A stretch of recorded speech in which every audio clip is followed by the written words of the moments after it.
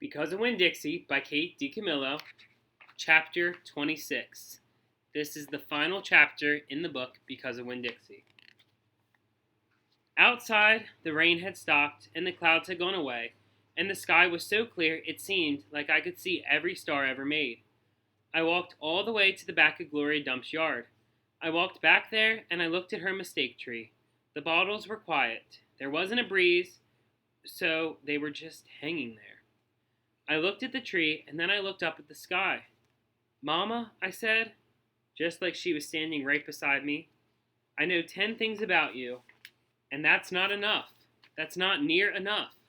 But Daddy is going to tell me more. I know he will, now that he knows you're not coming back. He misses you, and I miss you. But my heart doesn't feel empty anymore. It's full all the way up. I'll still think about you, I promise. But probably not as much as I did this summer." That's what I said that night underneath Gloria Dump's mistake tree. And after I was done saying it, I stood just staring up at the sky, looking at the constellations and the planets. And then I remembered my own tree, the one Gloria had helped me plant. I hadn't looked at it for a long time. I went crawling around on my hands and knees, searching for it. And then I found it. I was surprised at how much it had grown. It was still small.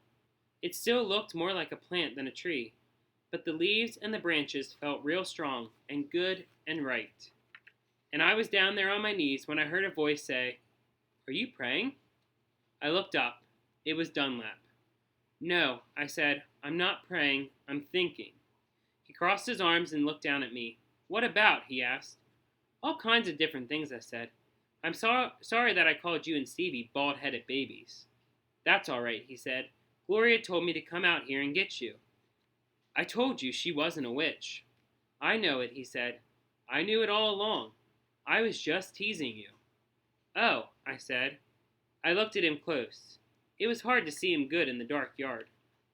"Aren't you ever going to stand up?" he said. "Yeah," I said. And then he surprised me. He did something I never in a million years thought a Dewberry boy would do. He held out his hand to help me up. And I took it. I let him pull me to my feet.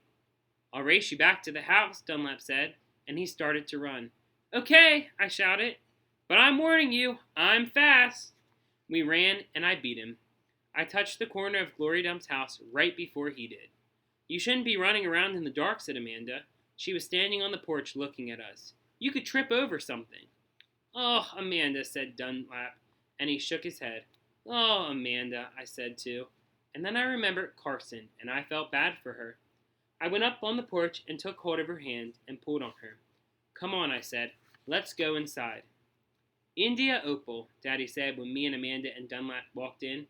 "Are you here to sing some songs with us?" "Yes, sir," I said. "Only I don't know that many songs." "We'll teach you," he said. He smiled at me real big. It was a good thing to see. "That's right," said Gloria Dump, "we will." Sweetie Pie was still sitting in her lap, but her eyes were closed. "Care for a litmus lozenge?" Miss Franny asked, passing me the bowl. "Thank you," I told her. I took a litmus lozenge and unwrapped it and put it in my mouth.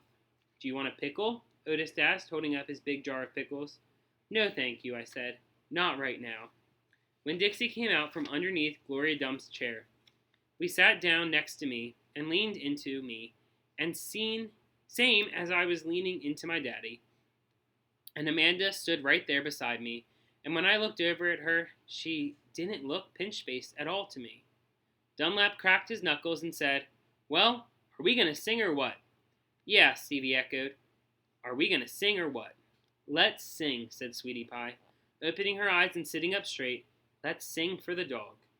Otis laughed and strummed his guitar, and the flavor of the litmus lozenge opened in my mouth, like a flower blooming all sweet and sad.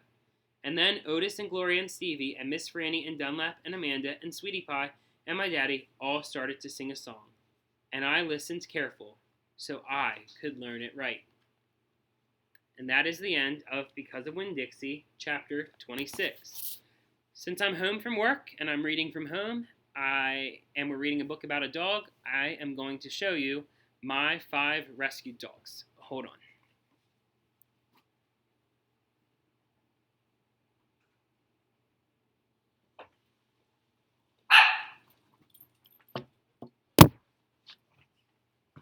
Come here.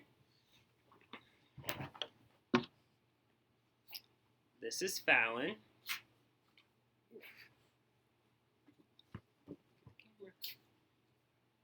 And that was Joey that just ran behind. And this is Wednesday. Come here, Spella. Woo. Come here. This is Spella. And Emma, come here. Come here, Emma.